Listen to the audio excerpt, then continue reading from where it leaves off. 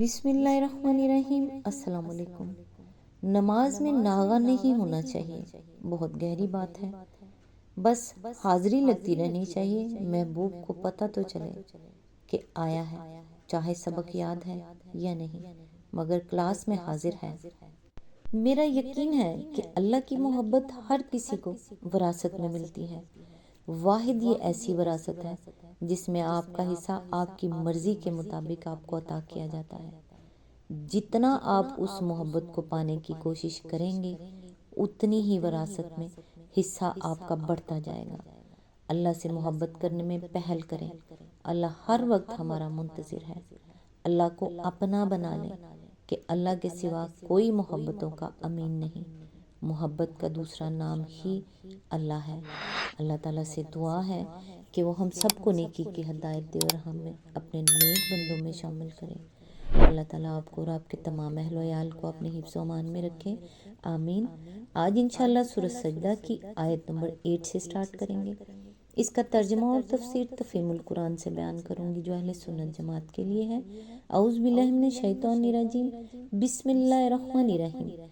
پھر اس کی نسل ایک ایسے ست سے چلائی جو حقیر پانی کی طرح کا ہے۔ اس کی تفسیر ہے، یعنی پہلے اس نے براہ راست اپنی تخلیق عمل یعنی ڈائریکٹ کریشن سے انسان کو پیدا کیا، اور اس کے بعد خود اسی انسان کے اندر تناسل کی یہ طاقت رکھ دی کہ اس کے نطفے سے ویسے ہی انسان پیدا ہوتے چلے جائیں۔ ایک کمال یہ تھا کہ زمین کے مواد کو جمع کر کے ایک تخلیقی حکم سے اس میں وہ زندگی اور وہ شعور، وہ تعقل پیدا کر دیا جس سے انسان جیسی ایک حیرت انگیز مخلوق وجود میں آ گئی۔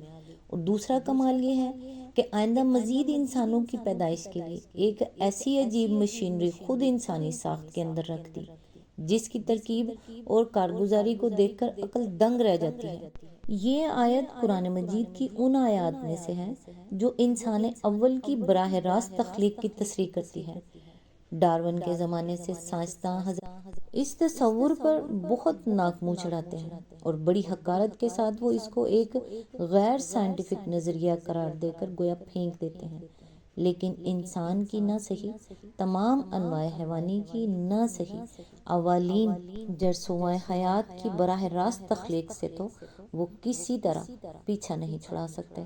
اس تخلیق کو نہ مانا جائے تو پھر یہ انتہائی لغو بات ماننی پڑے گی کہ زندگی کی ابتدا محض ایک حادثے کے طور پر ہوئی ہے، حالانکہ صرف ایک خلیے یعنی سیل والے حیوان میں زندگی کی سادہ ترین صورت بھی اتنی پیچیدہ اور نازک حکمتوں سے لبریز ہے کہ اسے حادثہ کا نتیجہ قرار دینا اس سے لاکھوں درجہ غیر سائنٹیفک بات ہے۔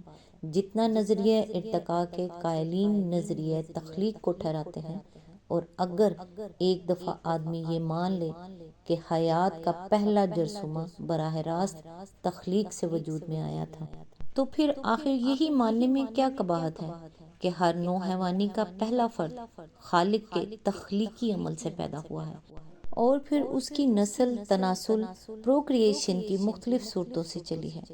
اس بات کو مان لینے سے وہ بہت سی گتھیاں حل ہو جاتی ہیں جو ڈاروینیت کے علمبرداروں کی ساری سائنٹیفک شاعری کے باوجود ان کے نظریہ ارتقاء میں غیر حل شدہ رہ گئی ہیں۔ مزید تشریح کے لیے ملاحظہ و تفہیم القرآن، جلد اول، آل عمران، حاشیہ نمبر 53، النساء، حاشیہ نمبر 1، الانعام، حاشیہ نمبر 63، جلد 2، الاعراف، حاشیہ نمبر 145، الحجر، حاشیہ نمبر 17، جلد 3، الحج، حاشیہ نمبر 5، سورہ المومنون، حواشی نمبر 12 to 13۔ آیت نمبر 9، پھر اس کو نیک سکھ سے درست کیا اور اس کے اندر اپنی روح پھونک دی، اور تم کو کان دیے، آنکھیں دیں اور دل دیے، تم لوگ کم ہی شکر گزار ہوتے ہو۔ اس کی تفسیر ہے، یعنی انتہائی باریک خوردبینی وجود سے بڑھا کر اسے پوری انسانی شکل تک پہنچایا اور اس کا جسم سارے اعضاء و جوار کے ساتھ مکمل کر دیا۔ روح سے مراد محض وہ زندگی نہیں ہے جس کی بدولت ایک ذی حیات جسم کی مشین متحرک ہوتی ہے، بلکہ اس سے مراد وہ خاص جوہر ہے جو فکر و شعور اور عقل و تمیز اور فیصلہ و اختیار کا حامل ہوتا ہے۔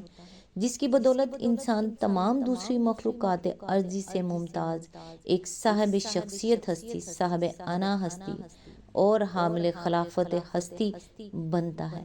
اس روح کو اللہ تعالیٰ نے اپنی روح یا تو اس معنی میں فرمایا ہے کہ وہ اسی کی ملک ہے اور اس کی ذات پاک کی طرف اس کا انتساب ہے۔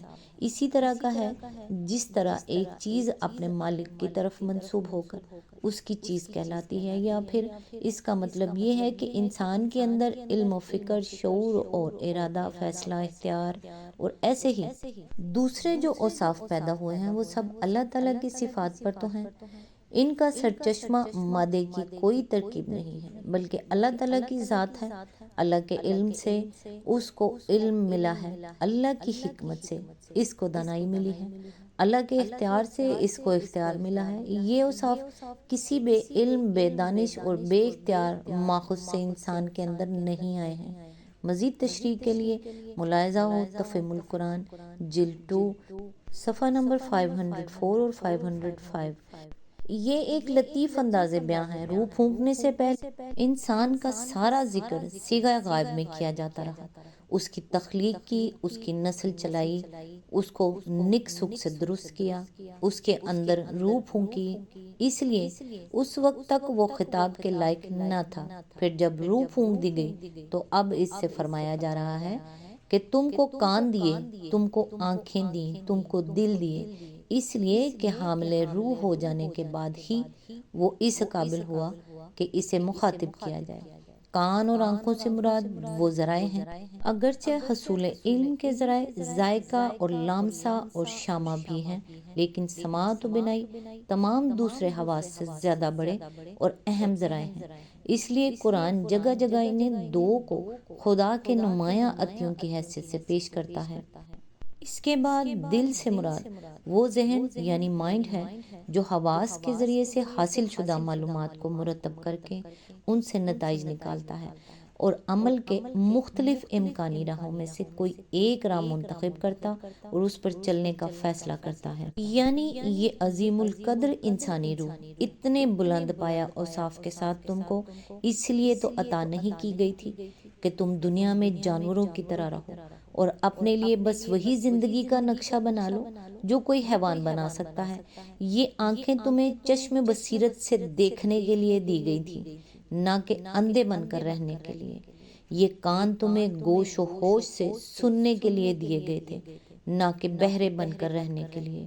یہ دل تمہیں اس لیے دیے گئے تھے کہ حقیقت کو سمجھو اور صحیح راہ فکر و عمل اختیار کرو، نہ اس لیے کہ اپنی ساری صلاحیتیں صرف اپنی حیوانیت کی پرورش کے وسائل فراہم کرنے میں ہی صرف کر دو اور اس سے کچھ اونچے اٹھو تو اپنے خالق سے بغاوت کے فلسفے اور پروگرام بنانے لگو۔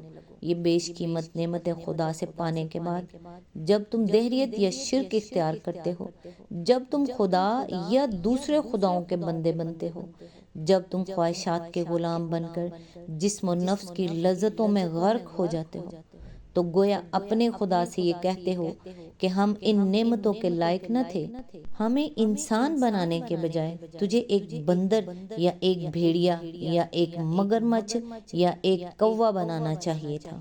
آج تک کے لیے بس اتنا ہی۔ نیکسٹ انشاءاللہ آیت نمبر 10 سے سٹارٹ کریں گے۔ تب تک کے لیے دعاؤں میں یاد رکھیے گا۔ اللہ حافظ۔